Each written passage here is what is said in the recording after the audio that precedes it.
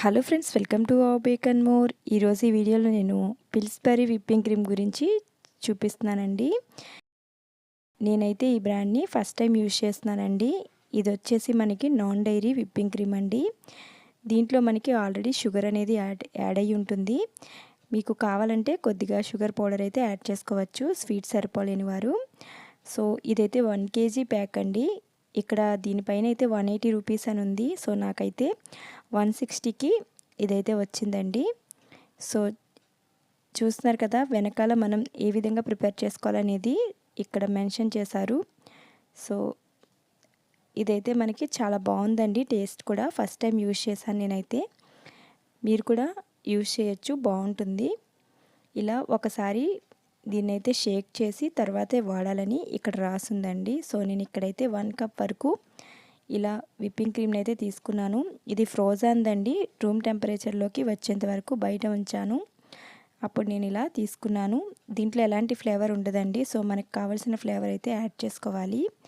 ఇక్కడ నేను వెనిలా ఎసెన్స్ని అయితే యాడ్ చేసి ఫస్ట్ అయితే బీటర్ని లో స్పీడ్లో పెట్టి విప్ చేసుకోవాలండి.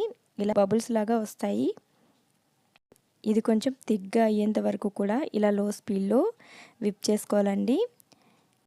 చాలా సింపుల్గా మనమైతే విప్పింగ్ క్రీమ్ని ప్రిపేర్ చేసేసుకోవచ్చు.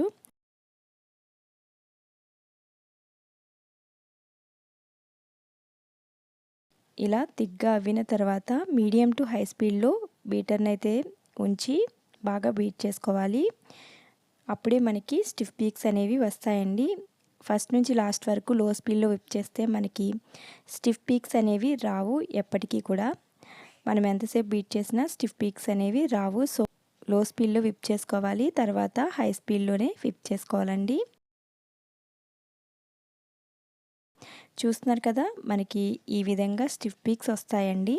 అంటే ఇది పర్ఫెక్ట్గా విప్ అయిపోయిందని అర్థం. మన విప్పింగ్ క్రీమ్ అనేది ప్రిపేర్ అయిపోయిందండి.